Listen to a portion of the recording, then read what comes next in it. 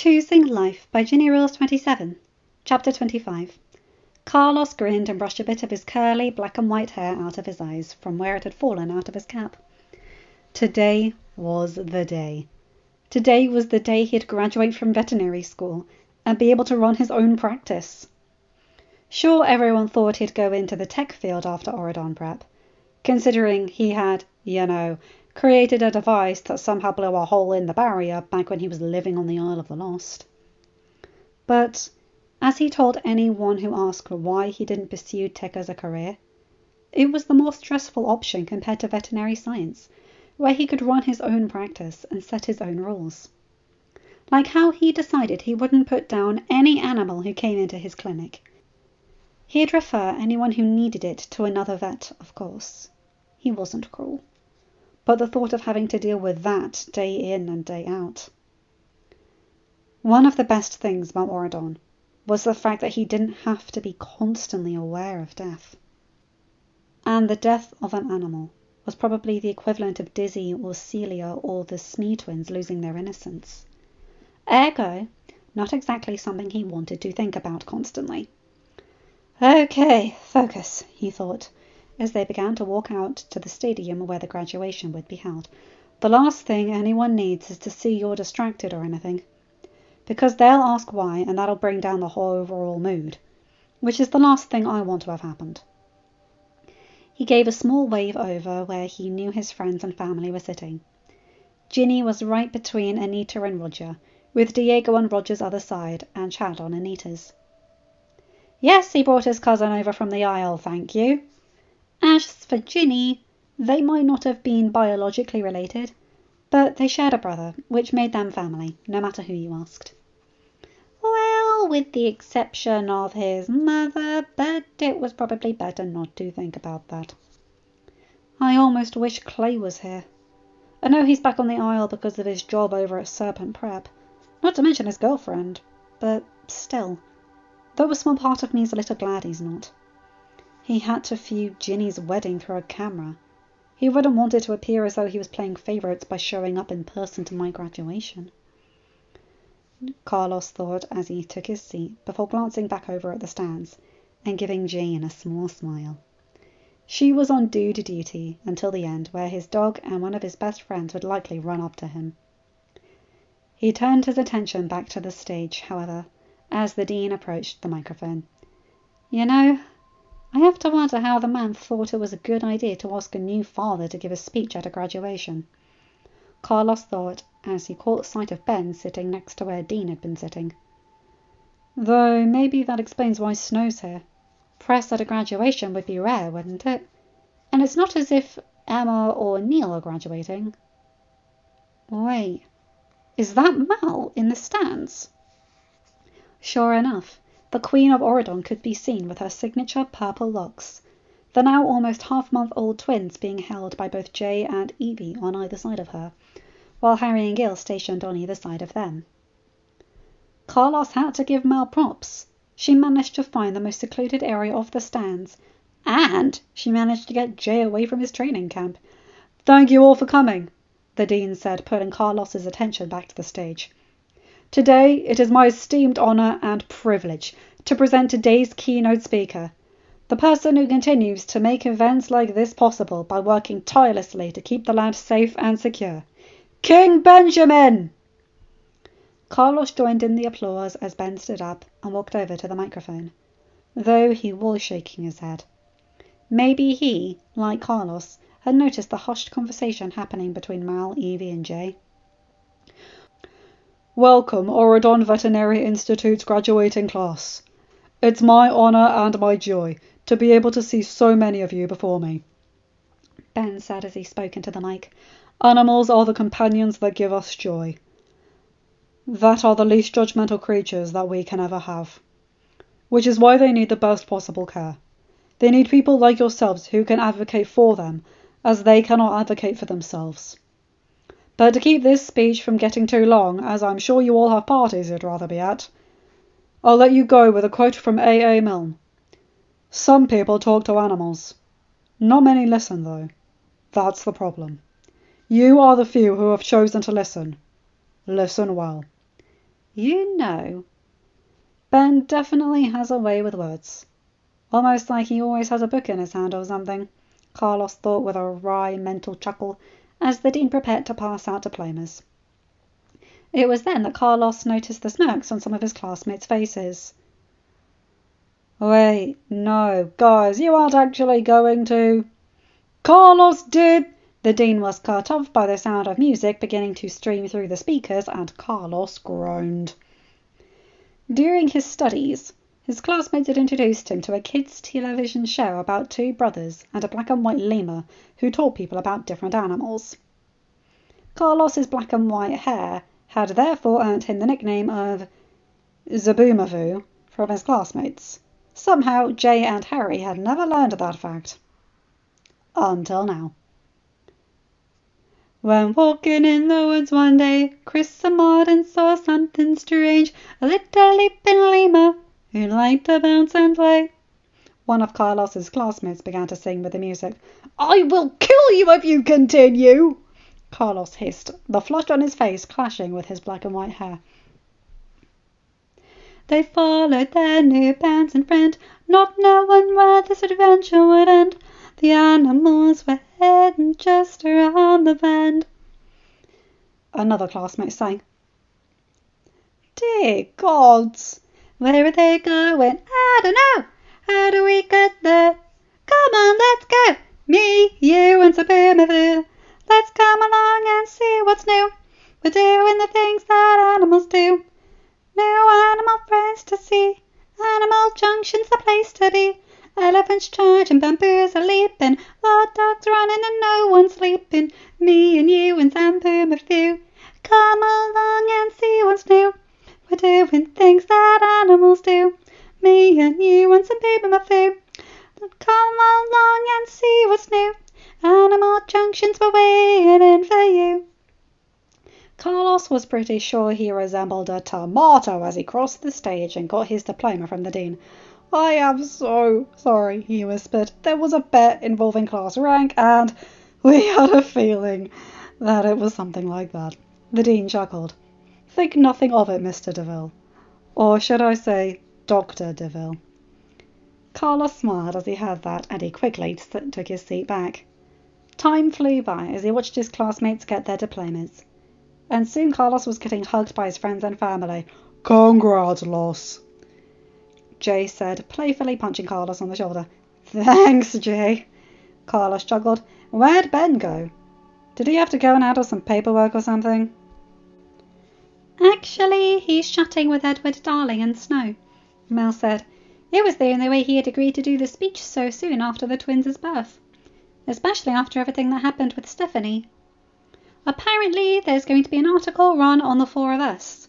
You know, the original VKs? So be prepared for an interview request, Carlos. Carlos made a small face, but nodded, and turned to Ginny. I guess thanks are in order for the training on the handling of the press. Even if Edward and Snow are allies. No thanks necessary, Ginny said. Chad was the one who trained me, after all. Anita smiled and shook her head. Congratulations, Carlos, dear. Roger and I are so happy for you. Thanks, Anita, Carlos said as Jane walked over and gently kissed him on the cheek. Congratulations, she said softly, giving him a small smile. Thanks, Jane, he said as Dude trotted over and wagged his tail, giving everyone a doggy smile. Time seemed to pass in a blur, but Carlos wouldn't have it any other way. The only change was the size of their group, as Anita, Roger and Diego had to go. 101 Dalmatians weren't going to look after themselves, after all. Of course, it was then that Ben came back towards their group, bringing a very unexpected guest. Clay? What are you doing here? Ginny exclaimed as Clay Clayton made his way over to the group. Clay smiled as he wrapped both his half-siblings up in a hug. I already missed being at your wedding in person, Ginny. I'm done missing my siblings as big milestones. And before you ask, no, I didn't leave Ava behind. She's here too. With the population of the Isle kids dwindling, classes at Serpent Prep are getting smaller and smaller, and there's hardly any interest in the rat-catching club anymore. So my reasons to leave outweighed my reasons to stay. Ginny and Carla smiled and returned the hug, relishing that they were able to do so for the first time without fear of attacks, for letting their guard down, or being seen as weak for showing affection. "I'm so proud of you," Clay whispered to them. "Both of you. You both look amazing, and this place has clearly been good to you." "Remind me to thank Ben a million times for this," Carlos whispered. I'd mentioned I had an older brother when he helped me bring Diego over, but I didn't think. This is the best graduation present ever." Clay couldn't help but chuckle softly. "Oh, well, I'm glad my presence is enough for you, Los, since I couldn't get you an actual present. And I'm sorry I missed our cousin, but I'm sure we'll see him around since I'm staying in Oregon." "The fact that you're here, alive, is all I need. Well, you and maybe knowing if Bee's okay. If she's still alive, of course." "She's not the youngest cat anymore. After all, she was, 10 when you were 14? But I'm sure she's got a few more years in her. Ava and I check on her whenever we visit the safe house they named after you. The kid she adopted has been taking good care of her." Carlos smiled. "Then I'm happy for her. And thanks, Clay. I haven't had the chance to go out there, what with finals and graduation. As long as Bee's away from... As long as she's out of danger. That's all I care about. Plus, now Dude won't be jealous of Bee if she were here in Oregon." Clay shook his head, knowing full well who Carlos was talking about. Their shared mother. "Cruella never even knew she was there," he promised. "I looked out for her after you left, and after Ava and I became, well, closer, I'd sneak Bee to her most nights, so she could sleep somewhere sheltered, without the risk of my father thinking she'd be, well, you know what his thoughts would have been." Yeah." Carlos sighed. "By the way, who's Dude?" Clay asked. Carlos struggled. "Try to hold back your shock, but Dude's my dog." "You got over your fear of dogs?" Clay asked with a small smile, ecstatic for his little brother. Carlos nodded. "No, admittedly, it's not like Dude's a Doberman or anything, but he's still helped me immensely. He's one of my best friends. I hope I get to meet him one of these days," Clay said. "Actually, there are quite a few people in our lives we need to introduce you to," Ginny said, breaking into the conversation. "But first we should probably say hi to Ava, who's been very kindly just standing there." "Oh, don't mind me, Ginny. I'm just happy to see all three of you happy," Ava said, brushing a strand of her strawberry blonde hair out of her eyes as she gave Ginny a curtsy. "Ava, you don't have to do that," Ginny said, shaking her head. "You're practically family, after all." "A lady always respects rank. Yes, I know. I had that lesson too," Ginny said with a small smile as she looked over at Clay. Clay chuckled. "Hey, if you have rank, then you should conduct yourself according to it. Just because our father was horrid didn't mean you couldn't learn to hold yourself, even on the aisle," he said, reaching over to ruffle Ginny's hair. "Yes, Clay, I know," Ginny said, batting his hands away. "But my point is that if Ava thinks she needs to curtsy to me, then I also have to curtsy to her." Ava shook her head as Ginny did just that. "But didn't you have your wedding and coronation?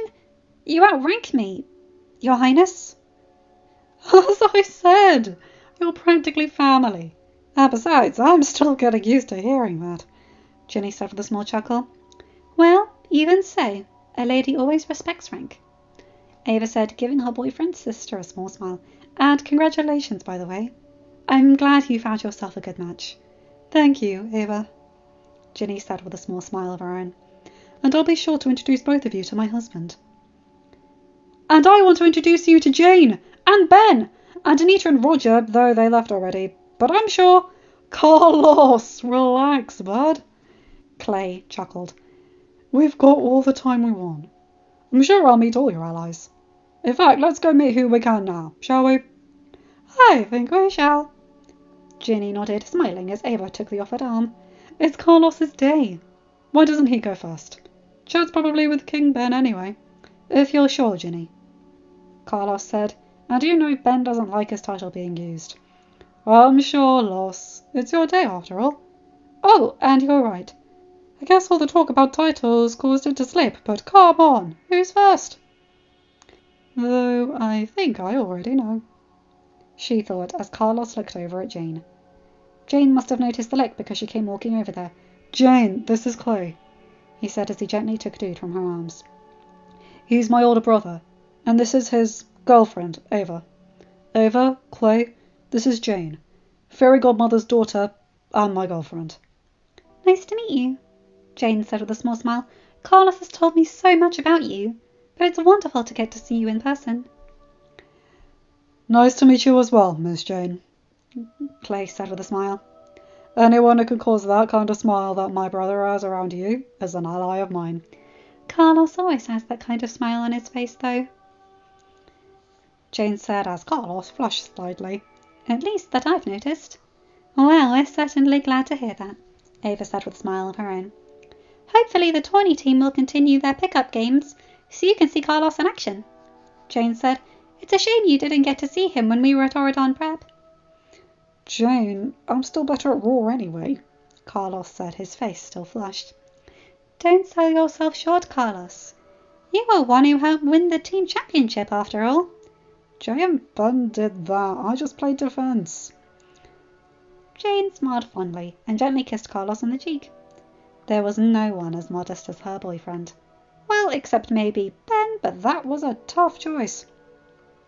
And Dude let out a small bark as the conversation lulled. Oh, do you want to be introduced as well, buddy? Carlos said with a smile as he picked up Dude.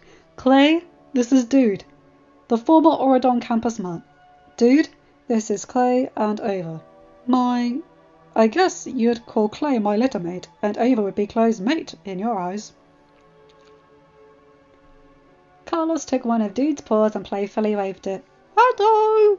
Nice to meet you too, Dude, Clay said with a small chuckle. I certainly never thought I'd see this day. Trust me, I was shocked too, Carlos told him. But Dude's amazing. Dude wagged his tail at the compliment. Carlos's litter mate and his mate seemed to be nice people. If his human trusted them, then they'd be a part of Carlos's pack. Of course, he'd have to get Estelle and Nix to double-check the scents, but so far, they seemed good. I'm happy for you, Carlos, Clay said with a smile. I barely even recognize you. Oradon's done you a world of good. I haven't changed that much. Carlos, if we were to go back in time and put the old you next to the current you, people wouldn't even think you were the same person. Carlos shrugged. I mean, I was afraid of dogs, but I didn't think I was that different from how I am now. Am I? You also would barely speak to or look at a woman in the eye, and you were constantly looking over your shoulder, like you were afraid Cruella would suddenly appear. Clay said, his voice soft even as his eyes grew hard at the mention of their shared mother. With her, you knew it was possible, Clay. Carlos sighed. Besides, I had reason to be. I looked up your record. Your father had Cruella moved from your entry in the registry. She tried to kill you as a baby? It was Clay's turn to sigh. I don't know the story. I just know Cruella shouldn't have been a mother. But let's talk about happier topics, okay? It's your graduation! Let's bring Chad over here, Jane suggested. No sense Ginny should be the only one without their partner.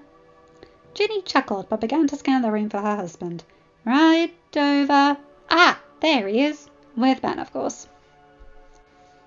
Granted, that's what I've been suspecting, but always nice to have it confirmed. Ginny thought. I wonder what you're talking about. Knowing then, though, he's probably trying to avoid talking about his kids. Not that Chad wouldn't have wanted to talk about the twins, but we've been trying to have a child and no luck so far. It's a sensitive topic. Besides, today's about Carlos. You can think about that when your doctor's appointment next week. You just gave me the perfect out in that conversation. Chad's voice whispered in her ear and Ginny smiled at her husband. Glad to help, Ginny chuckled softly. I want to introduce you to someone. Oh? Who is it? Ginny smiled and took Chad's hand, lacing her fingers through his. Chad, I want to introduce you to my brother Clay. Clay, this is my husband, Chad. Oh!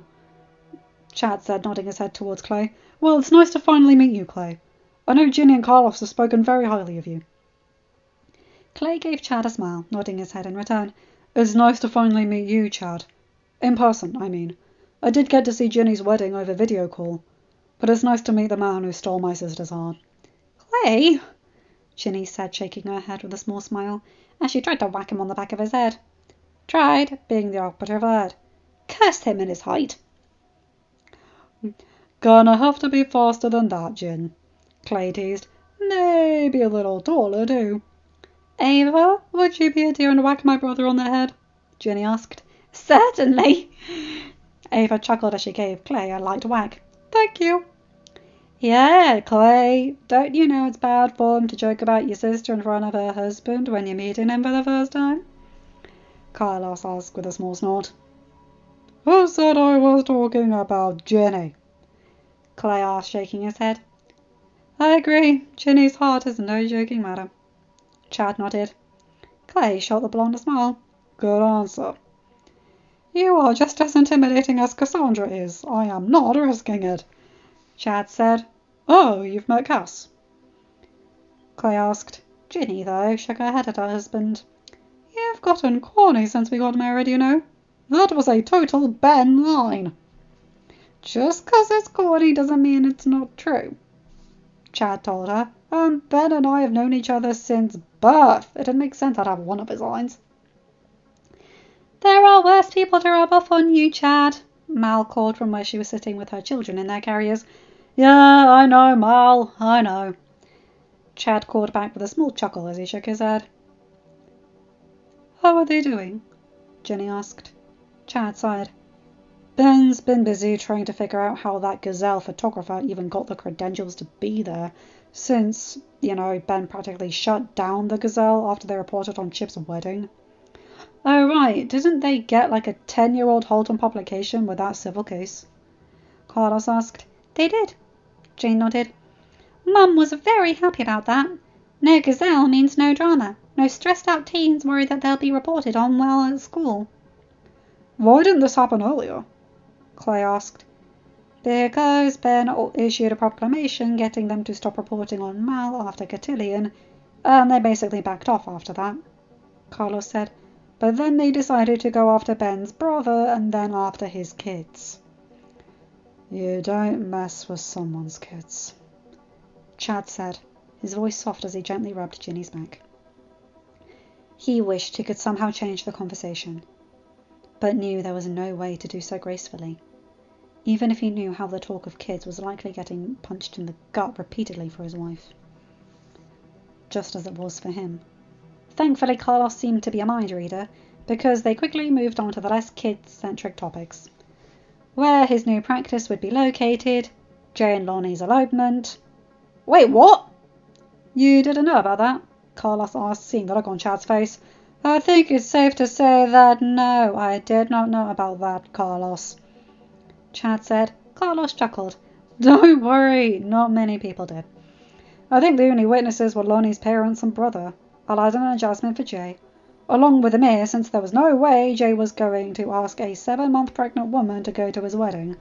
Lord Hades, I think Lady Persephone, though I'm not sure, and of course, Ben and Mal. Not Harry? Oh right, forgot about them and Harry. But other than that, small wedding. Honestly, I think that was what they wanted anyway. With how much their personal lives are in the press anyway. Right, Chad nodded, though he made a mental note to send a wedding present. If only because Lonnie still kinda scared him with her skill with a sword in Raw. The time seemed to fly by as everyone continued to mill about. Carlos almost tackling Ben with a hug when he and Mal came around to say their goodbyes, as the twins were getting fussy. Please don't kill my husband, Los, Mal chuckled. Or should I say Zaboomafoo? Please don't, Carlos said with a small chuckle. I'm guessing it's time for my interview? You'd be right, Mal nodded. We've already gone. We wanted to give you as much time with your siblings as we could, but no more. Thanks, Mal, Carlos said, and walked over to the two most trusted reporters in Oregon. He knew Clay's eyes would still be on him no matter what, but he couldn't wait to talk about looking forward to running his own vet clinic and his life in Oregon. So, can you tell me more about Zaboomafoo? Or maybe he would just have to plan the murder of his former classmates. Either one would work. Anyway, yeah, end of chapter. Hi guys, hope you enjoyed that one. That one is very heartwarming and very funny. I've always loved Carlos. Rest in peace, Cameron Boyce, you're sorely missed. I've never heard of Zaboomafoo. Is that an American thing? But then again, it might just be different channels. Who's to say? But it was a funny prank. And I love the whole getting to meet each other's people, getting a hug, a tiny little paragraph from Dude's perspective. Very nice. Anyway, you guys know the drill. Like, comment, and subscribe, and hit that bell to get notified whenever I upload a new video. Have a good day, night, or whatever time zone you're in. Bye, my guys, gals, and non-binary pals. I'll see you in another video. Take care.